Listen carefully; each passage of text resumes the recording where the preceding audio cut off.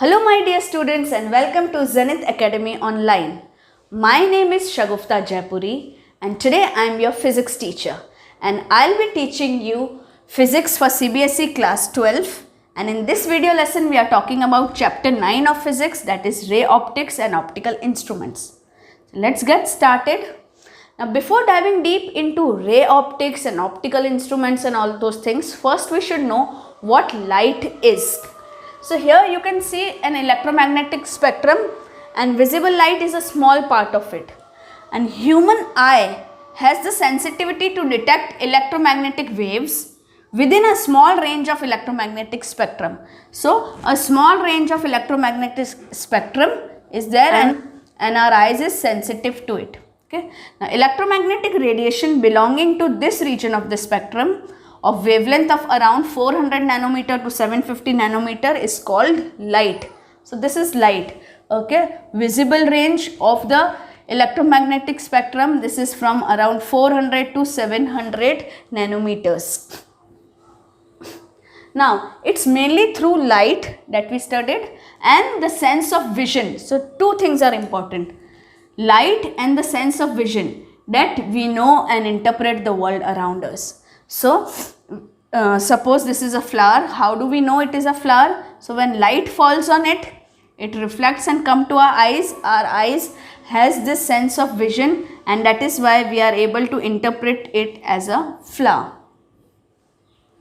Now, so what are the characteristics of light? Light is an electromagnetic wave of wavelength belonging to the visible part of the spectrum. We already did this, and it travels with an enormous speed. To be very precise, 2.9979248 into 10 raised to power 8 meter per second.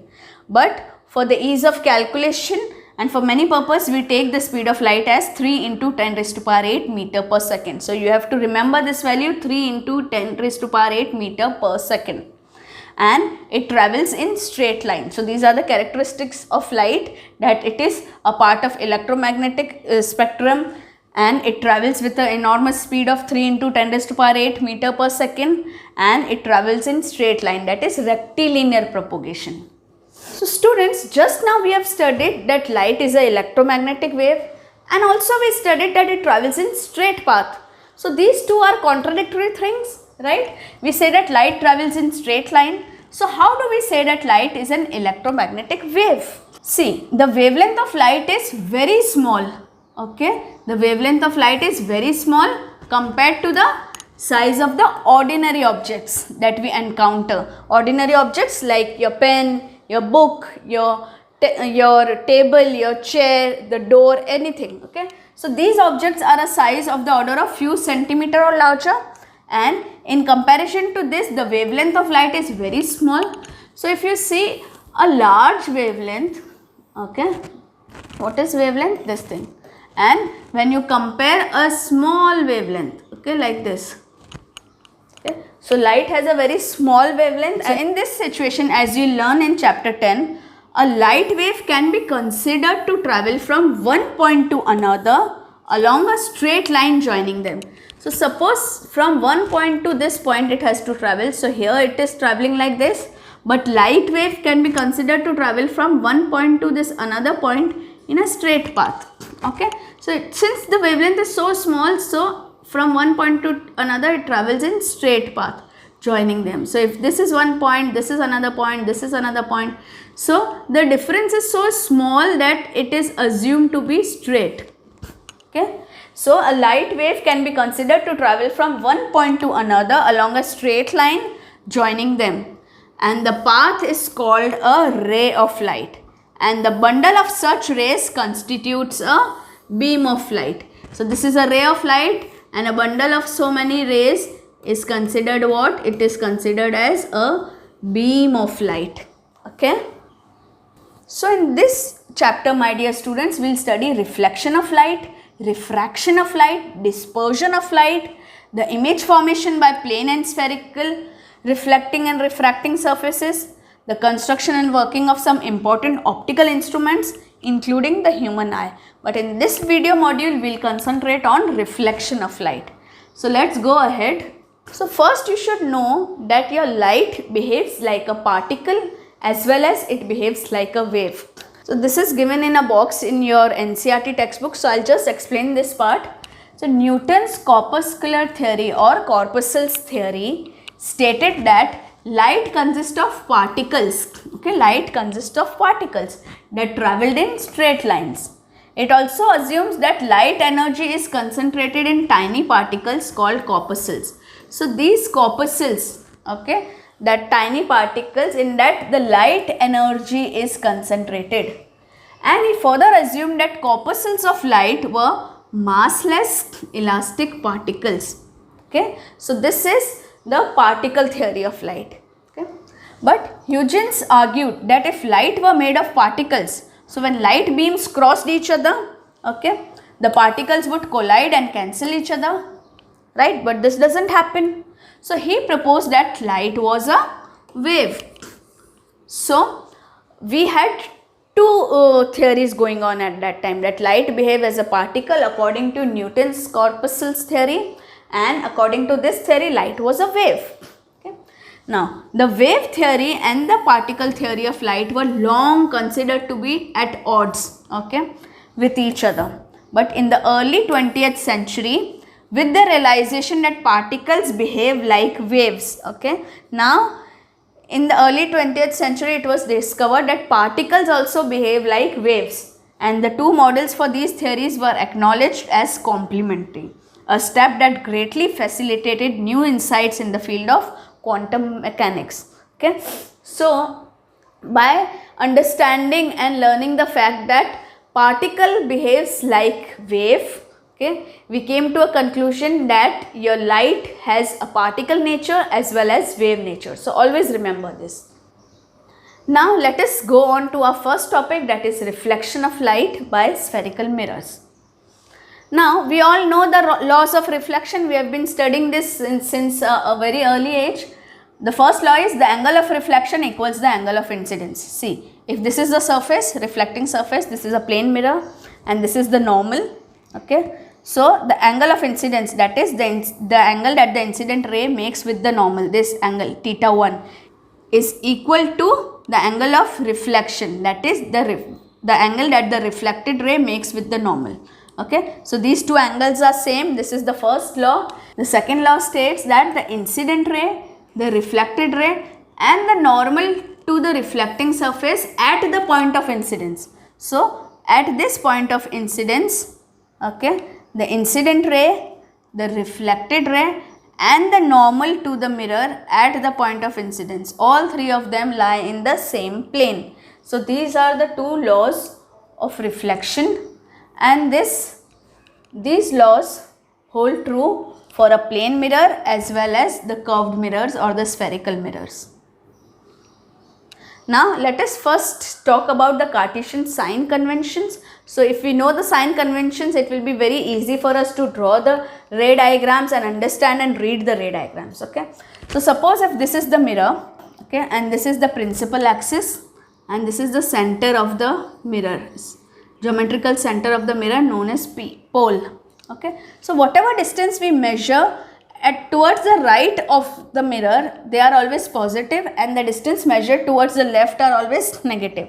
Now suppose your object is here, the object is on the left always. Okay, so from here the incident ray will fall like this. Always remember, the incident ray will always fall in this direction. Okay, so if I want to measure the object distance from the pole, okay, this is towards the left, so this distance will always be in negative, okay, minus. Suppose this is minus 5 centimeter, okay, and now suppose the image is formed here. So image is towards the right, so it is always measured in positive. Suppose this is positive 4 centimeter, okay, this is negative. Now if this is object, okay, so any height above the principal axis is considered positive. So suppose this is plus 2 centimeter, and suppose if the image is like this, okay, so it is below the principal axis, so the image height will be measured in negative. Okay, so height downwards is negative, height upwards is positive. So students, you don't have to worry so much. It is similar to what we do in graphs. Okay, so from 0 if we move like this, this is in positive. If we move like this is in negative. Okay, if we move up, this is positive. If we move down, this is negative. So same is here. So let's see. Now this is a concave mirror. We have already done the concave and convex mirror in our 10 standards, so we know this is a concave mirror. The reflecting surface is the curved one, and this is a convex mirror. The bulging surface is the reflecting surface. Okay. So how do we define the focal length of concave mirror and convex mirror? Now we all know that this is a converging mirror. Okay, so when a beam of light is incident on it, all of them will converge at one point, that is focus. Okay, and the distance between the pole and this principal focus is known as focal length. Okay. Now here, this is a convex mirror, this is a diverging mirror. We know that when light falls on it, okay, it diverges and it appears to meet on the other side of the mirror, and where it appears to meet at focus. Okay, so now this distance between the pole and the focus is known as focal length. So the distance between the focus f and the pole of the mirror is called focal length of the mirror, denoted by small f. Now what is this capital R? This is the radius of curvature, and this C is the center of curvature. So you can imagine that this this mirror is a part of a whole big sphere. Okay, it's a big sphere of which this C is the center and this is the radius. So this is known as radius of curvature, capital R. Okay, whereas the distance between F and P is known as your focal length. So in this case, this is the focal length, and in this case, this is the focal length. Now this term known as focal plane also. Now it's not always necessary that when lines are coming, the incident rays are coming, it will always meet at focus. Okay, it can meet at focal plane. So can you see these two oblique lines coming here? So this first line, when it falls on the mirror, okay, and we know that this, the line joining the C, okay, this is perpendicular line. So this is basically your normal line. Okay, so this is the angle of incidence and this is the angle of reflection. So it will come like this. The angle of incidence will be equal to angle of reflection. The second line again is falling on the pole exactly. So again these two angles are same and it will come like this. So these two reflected lines, this line and this line, these two reflected lines are meeting here. Okay, now this is not lying on F, but it is lying in the plane of F. Can you see this? This is lying on the plane of F. So this plane is known as focal plane. Now there is this derivation to show that your focal length is half of the radius of curvature. So let us see how to prove this. Now see here, this diagram, this is the mirror. Okay, this is the mirror. Okay. This is the principal axis. Okay. On the principal axis there is focus and center of curvature is marked. Okay. Now when an incident ray is falling on the mirror, okay, there is a ray which is incident on the mirror such that this is parallel to the principal axis. This is the principal axis and this ray is parallel to it. Okay. Now we know this is the point of incidence. Now see, if this is a circle, okay, this is a sphere. If this is a sphere, this is the center of curvature. So any line, okay, which is falling here is 90 degree. Okay, so at any point is 90 degree to it. So here this is the center of curvature. So this point, from this point if I draw a line, this will be 90 degree to the surface. So what does it show? That this line, okay, is the normal line. Correct? You got it? If this is normal, then the incident ray is falling on this surface and the angle that it makes with the normal is this theta, and this theta is incident angle. Okay, so you understood? If this is the surface, this is the line which is reaching and this is the normal, then this is your incident angle and this is theta. Okay, here according to the law of reflection, the angle of incidence should be equal to angle of reflection. So this is the reflected ray such that it is also making an angle theta. And we know that whenever an incident ray is parallel to the principal axis, after reflection it should pass through focus. So it is passing through focus. Correct? Now if I consider that these two are parallel rays and this is a transversal, this MC is a transversal, then this angle theta and this angle will be equal. So this will also be theta. This is alternate interior angles. So I can say that this is also equal to theta. Okay. Now again here, if I consider these two lines, and I consider this as a transversal, okay, your MF as a transversal. So if this whole is 2 theta, you can see there are theta plus theta, 2 theta. So this will also be 2 theta. So this is 2 theta. Now you can see in this triangle MCD, okay, in triangle MCD you can say that tan theta. Now what is tan theta? Perpendicular upon base. So what is the perpendicular MD? I have just dropped a perpendicular from this point M to our principal axis and it falls at D. Okay. So this is the perpendicular MD.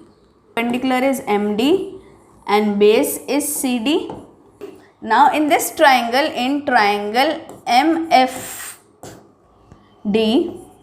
similarly tan 2 theta will be perpendicular upon base. Now perpendicular is MD and base is FD. Correct? Now children, for very very small angles, okay, we can consider that tan theta as theta. Okay. So if I consider this as theta and I consider this as 2 theta, okay, and remove the tan. So I can say that MD over FD is twice of MD over CD. Correct? So here MD and MD gets cut. So FD can be written as CD over 2. CD divided by 2. Okay. So I can say that FD is CD divided by 2. Okay. Now this D is so close to it that I can take D point and P point same. So instead of D I can write P. Okay. So here instead of D at both the side I will write P.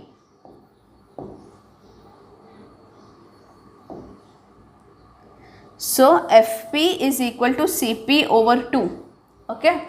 Now what is FP? FP is nothing but your focal length. And what is CP? CP is nothing but radius of curvature. So you can write that F is equal to R divided by 2. And hence we have proved this. Okay. I hope you have understood this. If you have not understood, please go back and watch this derivation again. This is an important derivation. Now moving ahead, we will have to learn the image formation by mirrors. Okay. So first let us read some important points to remember. If rays emanating from a point actually meet at another point after reflection and or refraction, that point is called image of the first point. So if you see this point, okay, this is the whole object, but I am seeing the first point. Okay. So if rays emanating from a point, so this ray is coming from this point. Okay.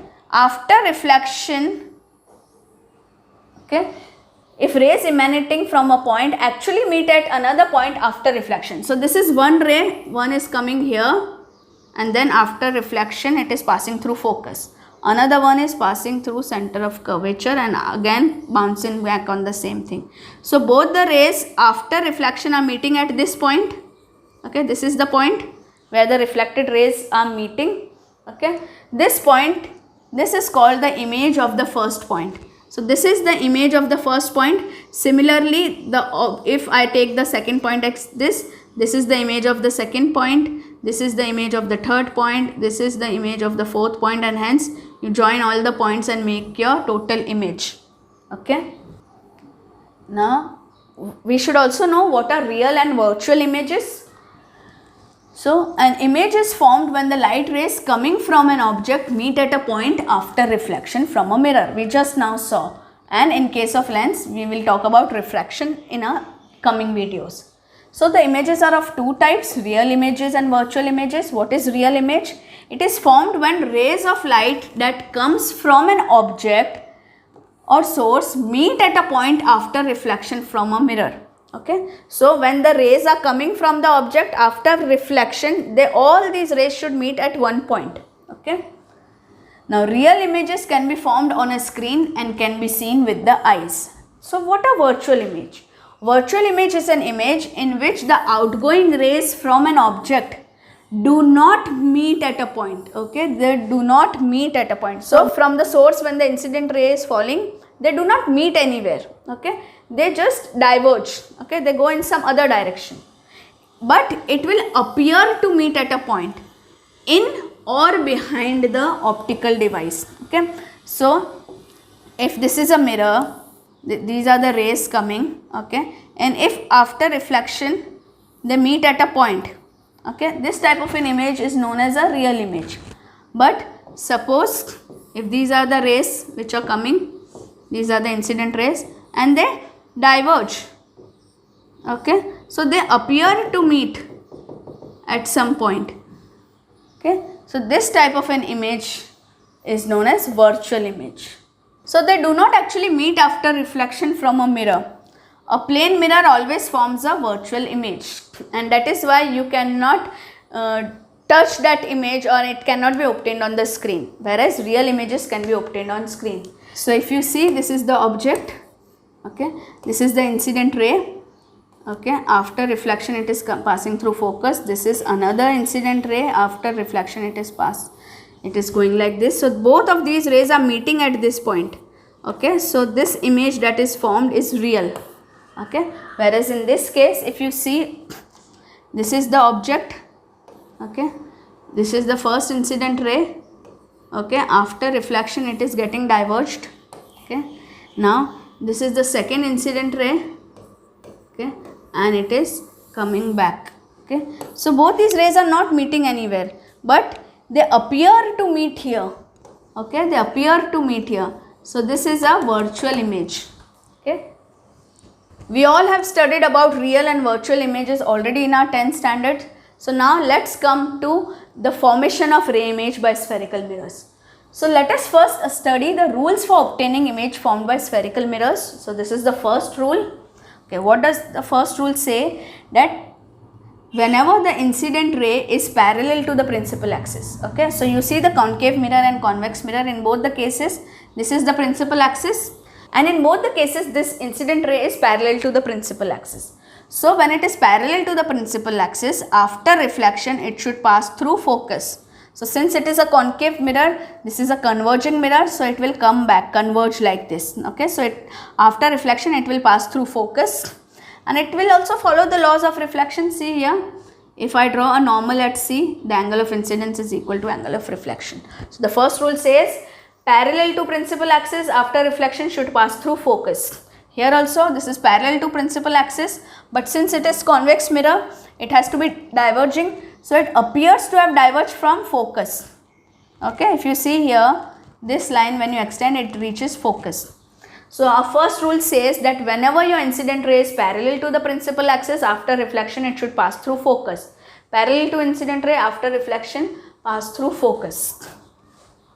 Our next rule is whenever the incident ray passes through center of curvature, okay, after reflection it bounces back, it goes back or travels back the same path. Okay, here also you can see this line, incident ray appears to have gone on C, center of curvature. Okay, so this is the ray coming like this, and if you join the dots, you will see that it is falling on C.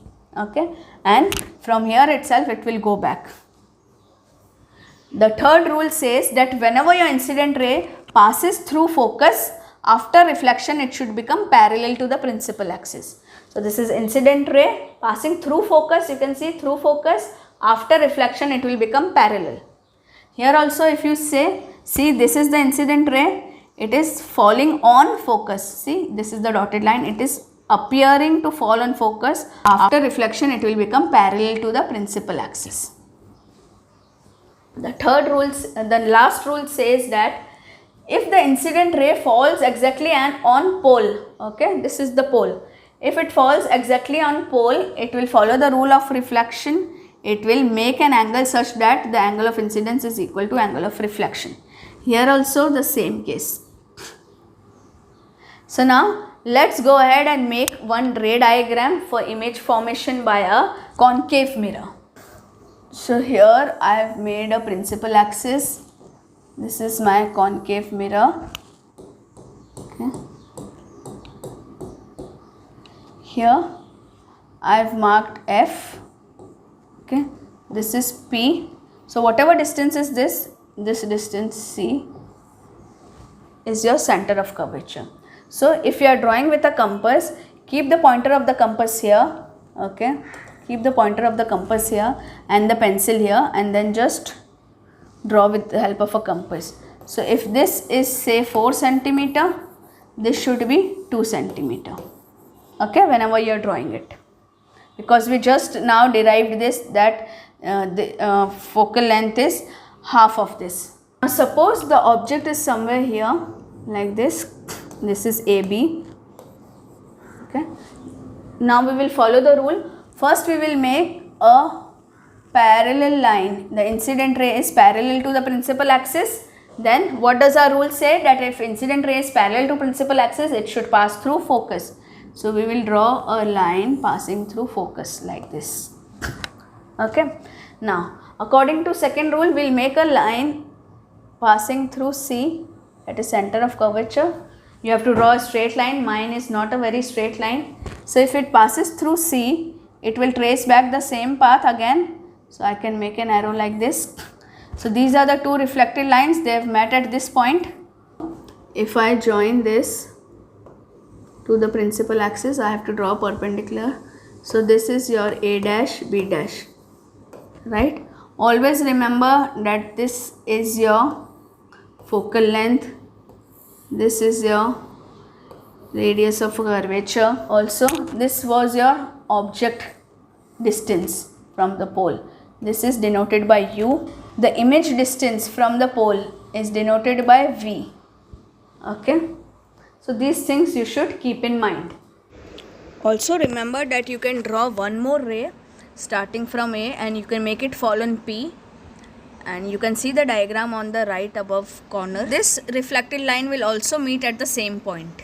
So out of these three lines, you have to choose any two, and I have drawn from 2, and the above diagram is from 3 lines. So now the next thing that we will study is the mirror equation. Okay, or we have to derive a relationship between object distance, image distance and the focal length. I already told you what is object distance, that is the distance of the object from the pole. What is image distance? The distance of image from the pole. And what is focal length? The distance of focus or the principal focus from the pole. Now this derivation and a lot of numericals on this derivation will be there in part 2 of this video lesson series. So first please revise this video module and then please don't forget to watch the part 2 to continue the chapter. So if you have liked this video, please give it a thumbs up and write in the comment section. Share the video with all of your friends and please subscribe to our channel Zenith Academy Online. Thank you. Don't forget to like the video and also press the subscribe button and press the bell icon to receive all our notifications. Thank you.